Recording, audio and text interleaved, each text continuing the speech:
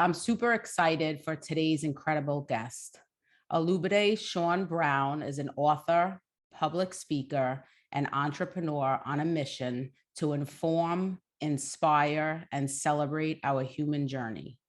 Author of Finding Your Big and Bloom, The Essential Journey, Olubode is the founder of Bloom, a global collective of creatives, visionaries, and change makers. So, Olubode, it's great to see you. It has been a long time. I want to welcome you to the V Spot and thank you for gracing the space. You Thank look you so great. much for having me. Thank you, Andrea. Thank you so much for inviting me on. I am here and I know you're full of questions. Yeah, So yeah, let's jump in. let's jump right in. So we're here at the top of 2022, and I thought you were a perfect guest to invite to the V Spot. It's the time of year where people often think about their goals, set resolutions. And so I wanted to kick us off by asking you to describe the big impossible goal, also known as your big, and talk to us about the importance of finding it now during this particular time. Finding it now, I'll speak on that. It's 2022, it's a year ending in two, and the worldview of the Dagara people who I ascribe to, which I ascribe to and learned from Malidoma Somé, who recently passed, is that years ending in the number two are 5 years. And for me, that's a year to really begin to step into the fire, to step into the light of our visibility and our value, to step into our own light, not so much the light of other people, but it's a year where I'm being challenged to turn on my own light. And so I want to pass that on first as a context for this year, to connect deeply to ourselves, to our ancestors, and to the legacies that have been passed on to us that are full of light, and to turn that light on and to not standing anyone else's light, because that's when we experience rejection, shame, and all of that, but to really begin to turn our own light on. So finding your big, B.I.G means big impossible goal. And that's one of the things that is a foundation of the work here that we now do at Bloom, which is aligning each of our members, providing the opportunity for our members and our clients to align themselves with their big impossible goal. I believe we're all born with one, and some people refer to it as your life purpose, some people your mission, your vision. We call it your big impossible goal. It's kind of like what Muhammad Ali declared when he said, "I am the greatest boxer of all time." I mean, it was very specific, it was very bold, and it was very much out there. It lives in the domain of what it is we're here in the world to accomplish.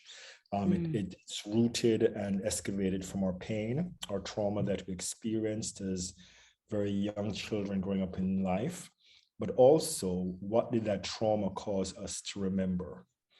So it's first born in our bones, the trauma that we've experienced, the earliest traumas, and the vision that those traumas prompted us to remember, to imagine the world. It's rooted in our passions, the things that move us naturally. It's rooted in our talents, the things that we're known for, and what we do well in the world. And it's rooted in healing the people closest to us. What is the gift that we can make to heal the lives of people closest to us? But it's grounded also in a specific measurable result that you have no idea how you can accomplish it. Wow. Wow. I love that. So first I'm just so you know, if you see me, I'm writing, I'm taking notes. I am a note taker. Wow. There's so many different parts. I mean, first and foremost, I want to highlight, going back to what you first said pertaining to finding the light, finding your big now, this idea of going inward to turn on your own light. I think that that's incredibly powerful. And it makes me think about, like, how a candle, right? A candle can go on to light thousands and thousands of other candles. And so the power of what occurs when our light gets turned on, representative of our own self versus in comparison, like you said, not what it looks like for somebody else. So that's like such a key that I want to share to the audience, highlight, you spotlight, pun intended, to really turn inward for this particular piece. And so what's also really powerful to me is the fact that what you're highlighting is oftentimes our pain is the piece that drives the passion. Is that accurate? And there's a connection? There's an elemental connection, because I just outlined 5 things. And in the Finding Your Big Journey, there are 5 steps, and each is inspired by an element of nature. So there's a mineral element, nature, sometimes called air in some traditions, fire, water, and earth. So all the frameworks of Bloom really are a nod to each of those 5 elements. And those 5 elements create a channel through which we show up and we bloom in the world. So if we want to bloom and grow massively, then what if we turn to those elements as metaphors and say, do I have all these elements inside of what I'm doing and what I'm up to in the world? So what we do in the Finding Your Big process is we turn those elements into questions. And those questions begin to turn on the elements in our nature. So the first question is, what is your vision? Is a mineral question. And mineral is the whole idea that this is the element that empowers the blueprint of our lives. It's like our bones, they hold our memory. And so when we ask that question, why are you here? What is your vision? We are going to the bone. You got it? Yeah. And very often how the bone first wakes up, Andrea, is, this should not be. That's that first trauma experience as children. That's how the voice, because the bone now holds the voice. And very often again, it's So we look at that and we say, okay, great. So what is the memory of the world that is stirring the vision of the world you come from? Because clearly that said, this is not it. So if we can remember this is not it, then we can also begin to intuit what exactly is the vision of the world that you come from. A vision of the world where everyone is heard, allowed to change, seen, connected, and at home. So that's how we use a trauma. Trauma is actually repurposed, and it's repurposed in that step of mineral. Wow. So it sounds like a real journey that you bring people on, in terms of starting with the root, and the mineral question, and then bringing them through a particular process, which we can certainly at the end, we're going to circle back so that you could tell folks like how they can connect with you about that. But no small journey to go on. It isn't, and that first step is a big step. And I just want to say this, after that, now we go to passion, which is the air quality. That what is the thing that moves naturally? Then we go to talent. What is the fire qualities in the world? Then water. What is the healing gift that you're bringing to create connection with others? And then earth. What is the specific goal? So in the process, you'll walk through 5 elemental questions that align the elements within you. And they're in the same order of the chakra system within us. Mineral in the throat, inspiring the voice, nature in the air, fire in the chest, in the diaphragm, water in the stomach, earth in the root chakra, as they call it. So, Wow. Yeah, what an amazing journey to go on, right? One that certainly sounds, based on what you're describing, would be a gift for each of us, to really allow ourselves to go on that particular journey. And I love the correlation, the metaphor to nature, and how we're all connected, and how you really connected the elements to us as individuals. And that's beautiful. All right, so we're going to circle back to that. I absolutely love that. So let's rewind the hands of time before we actually go forward. Born and raised in Jamaica, right? Tell us a little bit about little Olubode and how his experiences paved the way for the Bloom movement.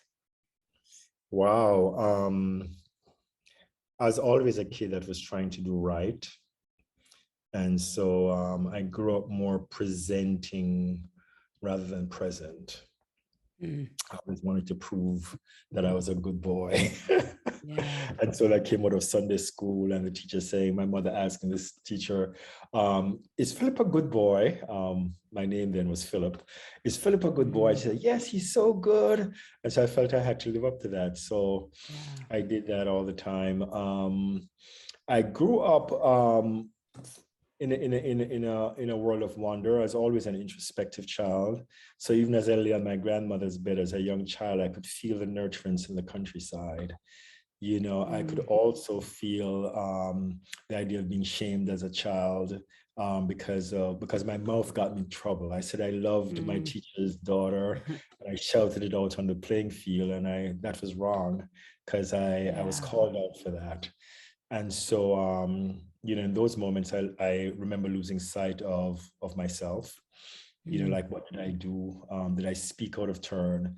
So I remember those. I remember a childhood framed by wonder, but also feeling the shocks of being unsafe in the world, of being taken to a hospital and realize that I couldn't be taken care of there because in a particular way, because my parents didn't have the money. You know, or because I'd aged out of the system just by a year or you know, or a month or so, and somebody callous, you have to go to the adult hospital. So I remember a childhood framed by that. I remember a childhood of love. I remember growing up in the tenement yards in Jamaica, you know, where everybody seemed to cooperate and tolerate each other and work together with each other. And so that gave me a love for collectivism and a wonder at what's possible if we could all work together, you know, to create something fun and beautiful for our communities. Yeah, that was my childhood. Yeah, you know, and so much of what well, a couple of things. So, you know, I hear you speak of love, I hear you speak of wonder, and it's very much a part of the you that, you know, I experienced today. And, you know, when we first met, it's like such a part of the fabric of your being. So it's a beautiful little Olubode is thriving and with you the seeds of love. But this, you know, what you highlighted, a distinction so powerful, presenting versus presence. Yeah. That's powerful. Can you elaborate a little bit more about how that, so that people listening can really hear that? You know, even as children, we discover what we need to do to get the love we need. You know, once we wake up to the reality of the world, and we have that first, this is it, where is that? You know, kind of like, oh, what do I do now in order to keep getting the love that I need? And for me, you know, I always have to watch myself about presenting. You know, presenting in order to be valued, presenting in order to not be excluded, that kind of stuff. But we all do it in different ways, you know, and it comes out of part of the strategies that we develop, again, to get the love we need. And whatever transformational program you're involved with, I find that each time there's been an excavation of what is it that we do in order to avoid feeling bad. Yeah, totally. You know, and what is the strategy that we develop? And those strategies walk with us into our workplaces, they walk with us into our relationships, where we don't get to speak our truth, where we don't get to authentically say how we feel and what we need. Yeah. Excuse me. It makes me think of like sending in the representative, right? Like not showing up as ourself and really sending in, like, you know, especially I think when you say relationships, excuse me, how oftentimes in the beginning, right, it's like the representative could be sent in and present a certain way, and things are great or whatever, all of the attributes or whatever, that's really showing up because the rep is there. And then what happens when the representative, you know, is done and goes home and the real person reveals, and it's like there's the shift in the dynamic. So this idea of being present as opposed to presenting, that could be a whole segment in itself. That's powerful. I love that. Excuse me, I have a little allergy happening. That's powerful. Presenting versus present. Going to connect with that a bit more. Thank you for that.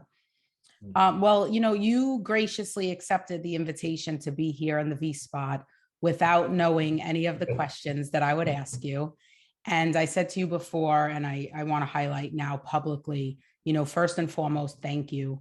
And second, I really want to applaud your courage, because that's vulnerability at its best, right? Risk, uncertainty, showing up, not knowing what to expect, and, showing up anyway. And so first and foremost, publicly, I want to celebrate you and say thank you. And I often speak about this in my work, like this idea of choosing courage over comfort. So talk to us, what does it look like for you these days to choose courage over comfort? Paint us a picture. It's interesting that you asked it, Andrew, because as you know, I'm in Accra in Ghana, and I've been here for 2 months. And it wasn't so much that I was uncomfortable and I chose to be uncomfortable and to go forward in spite of. I think for me, I keep mining grace. I keep reminding myself that there is something that is calling me forth, and that is naturally on my side, that's unfolding. And my job is simply to get out of the way. And so in every circumstance, I'm simply looking for what's working, what is the opening for action, and stepping into that action. I didn't do a business plan or Excel spreadsheet. I simply asked myself, where is there an opening for action? Where is it that spirit is moving? Where is it that life is calling? And then I step into that, and then the whole thing unravels. For instance, we're doing another Finding Your Big journey here in Accra, and one would say we're not properly resourced to do it. You're just starting out. You should go slowly. But the movement and the action is happening there. So immediately what comes up is that the membership levels that I need to complete comes up. The subscription comes up. The retweet of the website comes up. Everything comes up because that strategic direction, the opening is there. So people look at that and say, you're stepping into discomfort. But for me, I've been learning to step into ease. The trick is that my mind, when I'm in those crazy moments, is going to go into that sense of panic and dread and fear and anxiety. And that is very real. So that's the discomfort. Yeah, I know nothing about those feelings, by the way. Yeah, that is the discomfort. Yeah, that's the discomfort. Yeah, so I just want to expand on this a little bit. So what I've learned what I'm learning to do is to begin to hold myself, to allow myself to hold myself. And I'm going to credit Tara Brach recently. She's a Buddhist psychologist who I listen to. And I recommend the viewers listen to her, Tara Brach. And she's there on Spotify. And one of the things she has been emphasizing, and that I've dug deeply into, is the whole idea that I can talk to myself. Like I can use the words you to me, that I can know when the you is upset and anxious. And I can say to myself, you can hear yourself. You're wise. Tell me the way that you want to play today. I can say, I allow you to play today. I allow you to be seen as you are. You are connected to all life. You belong. I can speak those words to myself. Wow. But not only can I speak it from a mental point of view, I'm learning that embodiment is important, because very often you can speak that in the mind, but I now know where the tightness is, and I can understand what that tightening is about. What are you anxious for now? What is it that you need? So I'm actually learning to ask myself those questions and to speak to myself in ways that connect me again to life's nutrients. The thing though, and finally, that I've also been learning is there's a point at which that's not possible, where I lose all facility to speak to myself, at which point I grab someone like you, right. I get a therapist, or I get a friend who's able to say to me, Olu, what are you feeling? You know, but what is it that you need? So they're able to give me the love in that moment that I'm unable to give that love to myself. And so I have trusted people around me who are helping me to work through the discomfort. And I'm often in discomfort. Yeah, listen, right. I'm right there with you. I love this for so many reasons. You know, I'm just going to go back so to bring it back to the moment, but I love what you said about, you know, not you as someone who doesn't have a business plan, and that resonates with me, like really going where guided and then take it, you know, seeing openings or being pushed towards openings and then creating, you know, accordingly. And why I think it's so valuable to go back to for anybody who's listening is because it's really a call to action. There's a tendency, and I certainly relate at different times, where there's waiting until, right? Like, I'm going to wait until I have the business plan to start the business. I'm going to wait until I have the entire book written to take action around it. And so for anybody who's listening to this, this is such a powerful piece pertaining to trusting yourself and going where you feel guided, and then take the steps, you know, that are required and wanted and needed, as opposed to waiting until the master plan is created and moving.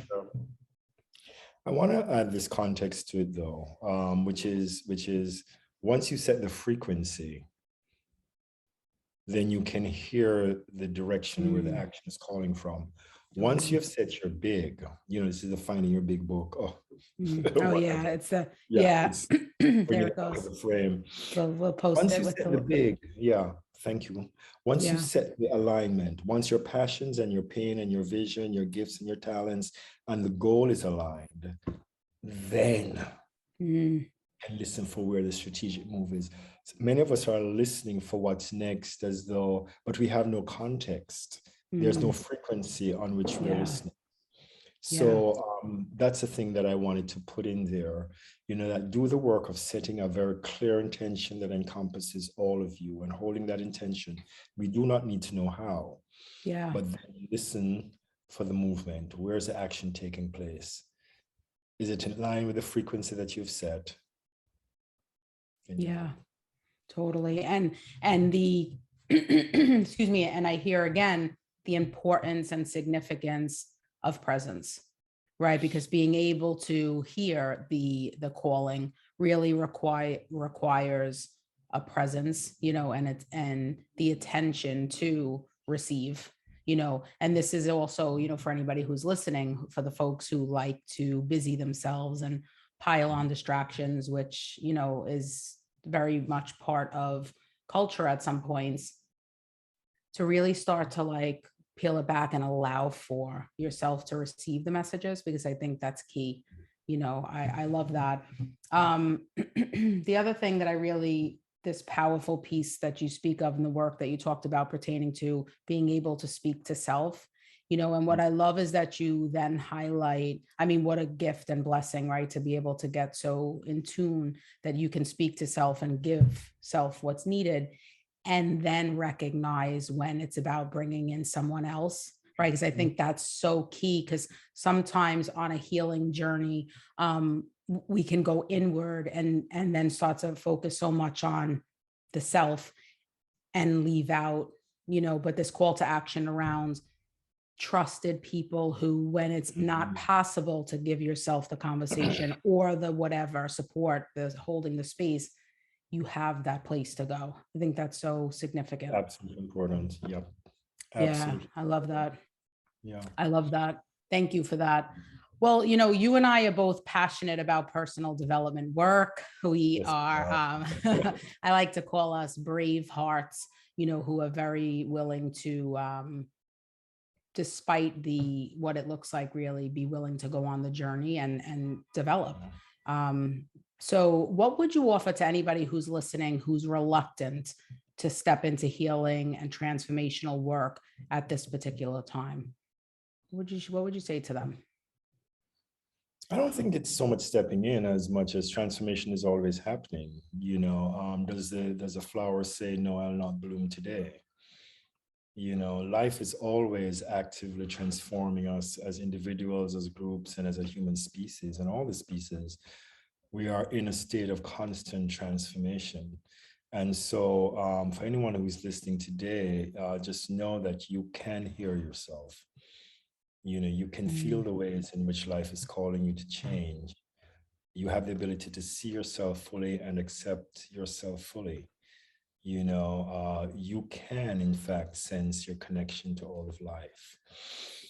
And that this world is for you, not against you.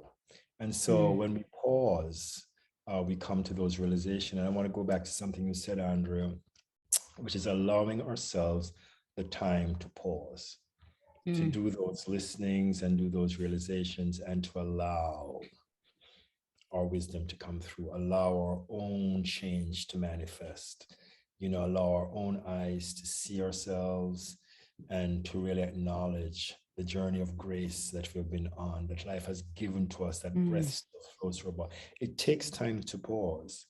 So for anyone who is, do I go on this journey? You are on the journey. The question is, are you now at a point where you're willing to allow more of that journey to manifest? And are you willing to pause? Have you reached the point of pausing to ask yourself existential questions? Why am I here? When and what brings me alive? Who am I? What is my healing gift, and where am I now, and where do I want to go? I love that. And what's resonating in this particular moment is when you say, you are on the journey. And it makes me think about, the power of intention, right? Because this idea of, yes, being on the journey and choosing intention in terms of the process and how we sort of navigate through, the journey. So it shifts the experience from living life as it happens to living a life that we design, and so in the conversation of healing and personal development and transformation, I think it's so significant to highlight it is happening, as you say, and now infuse the power of intention so that it really is happening according to how you decide versus how the world decides. That's big. Yeah, it's aligning with the best of what's unfolding in our awareness. There's a lot of stuff that's unfolding that's not too cool. Totally. So how do we develop singular eyes to listen to the best within ourselves and the best in all that we experience, and to align with that? That's really the work of awareness, of self-awareness. Yeah, that is the work, right? That's the process of it all. A beautiful one, but certainly a process. Well, this is actually the last question before we move into the final segment, and this is really about reflecting on what's next. And so I read on your website that your big impossible goal is to use the steps from finding your big book to empower 1 million collectives of 5 people or more to work together to accomplish their big impossible goals by the end of 2022. So this is like really a two-parter.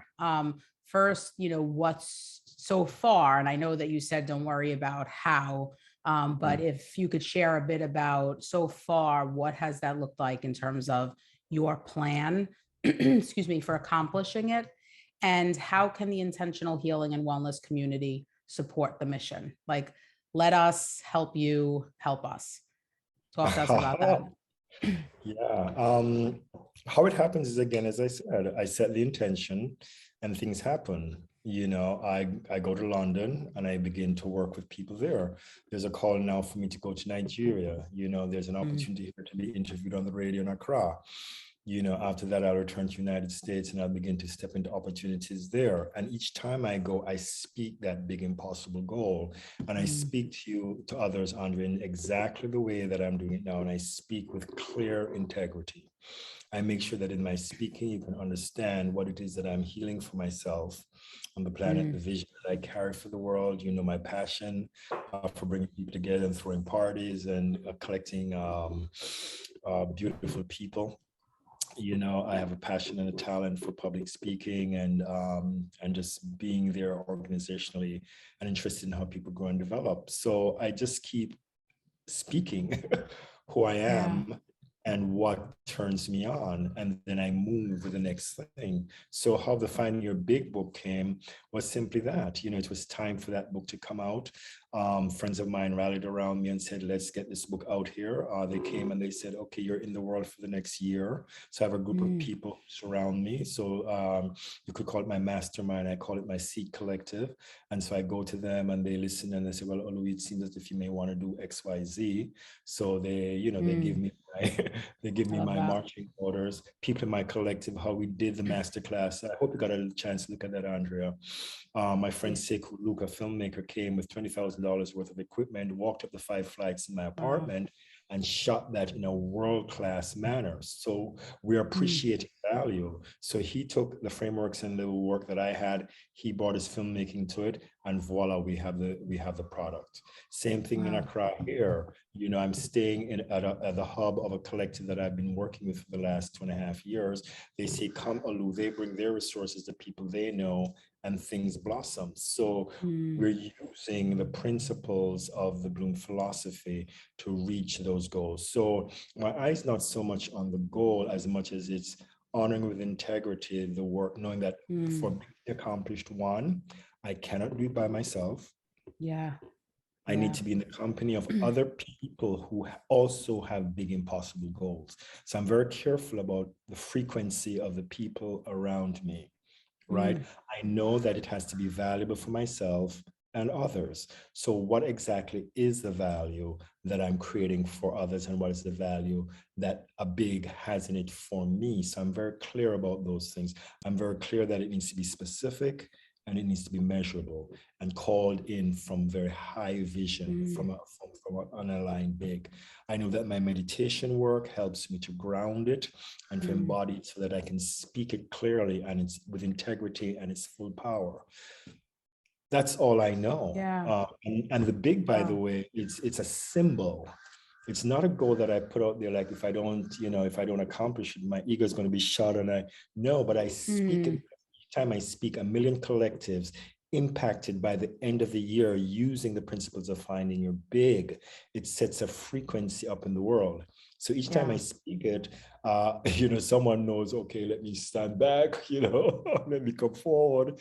Like you, Adrian, I never knew you were watching, Say that.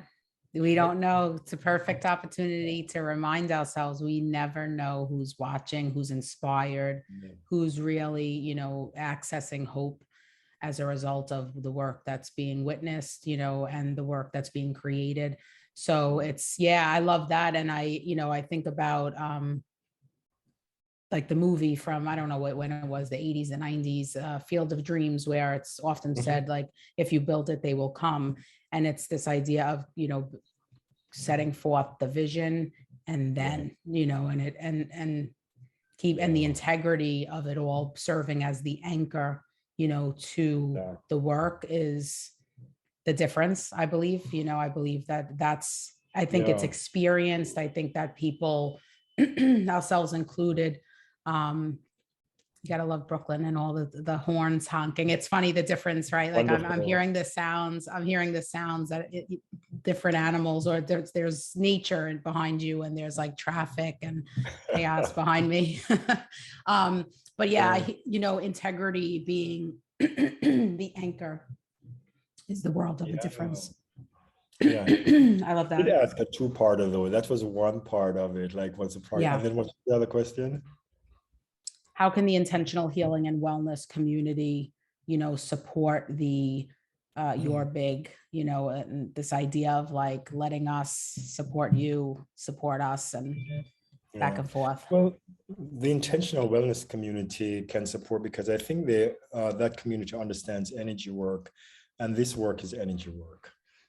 Each of the questions, and we're simply an institute for the study of activating the elements of nature within our being by asking questions and experiencing the physical body and in the world. And so when we ask those 5 questions, again, they're elementally calibrated to create a balance and an alignment and open a channel, the same channel Martha Graham speaks about, that is moving through us, and we don't have to believe in it. It's always there. So the intentional wellness community can hear this very, very clearly. And it's another tool in our arsenal when we're working with other people. I'd love for everyone in the wellness community to know this system and to be trained in it, so that when you are speaking to people, whether in therapy or as coaches, you can actually begin to ask those questions, use it as a methodology, a sequential methodology to help give direction to the lives of the people we serve. But first of all, do it for yourself. You won't be able to apply it unless you've lived it. Yeah, that part, right? It's really, it's the call to action. And this is really, you know, especially for, this is going out to everyone who is, you know, a healer, some people who are in service to others, you know, coaches, guides, mentors, all of it, right? There's a tendency to pour out, you know, and really want to support and go there first. And I think that the most effective way to support the people is by starting with self. So yeah, the work gets to first happen there. Yeah, I love that. Well, we're gonna in a minute, you know, share out how folks can find you, and so that they can, you know, really go on this journey, which is exciting. So we're moving into the final piece, which is speed rounds. And so I like to call it the forwarding 4. So no mistake, right? I will ask you 4 questions, and you will answer quickly with the first thing that comes to your mind, knowing that there's no right or wrong answer here. It's just really where you feel guided. So tell me when you're ready, and I will jump in and ask you the first question. Ready? Go for it. Go for it. All right. Number 1. What is one thing you learned about yourself during the pandemic? How to love myself. Great. Number 2, name one area of your life where you are intentionally healing. Fun and adventure. Having fun. Oh, that one stings. I'm with you there. I love that. I love that. No, all right, great. Number 3, what does self-care look like for you these days? Yoga.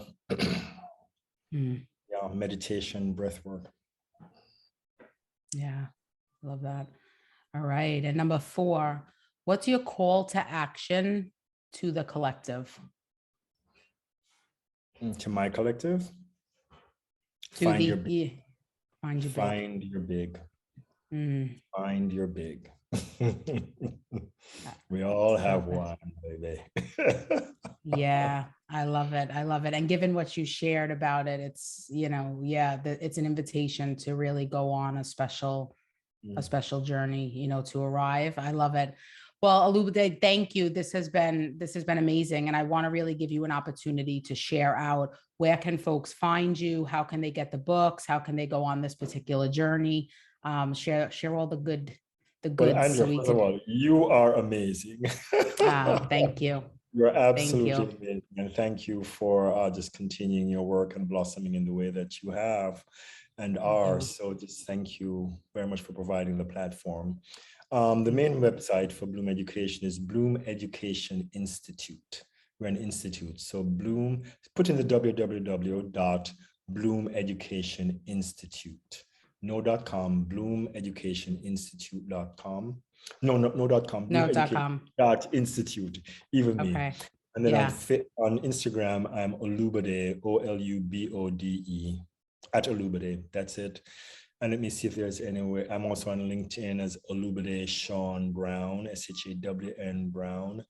Let me see if there's any. That's it pretty much. On my Instagram, there's a link tree. where my website is, so you can access all the information, my bio, the topics I speak on, etc., there as well. Amazing, amazing. All right. So I will absolutely, in the show notes of the podcast episode, I will outline all of that so it's easy for folks to find you. We want to make it easy for them to get on their, their journey to finding their big. Thank you for joining me. Thank you for being willing to go where you didn't know where we were going to go. I'm incredibly grateful. Yeah. And I am inspired by the work and, looking forward to have the book in my possession. And everybody, thank you for tuning in, to this episode of the V Spot. To be continued.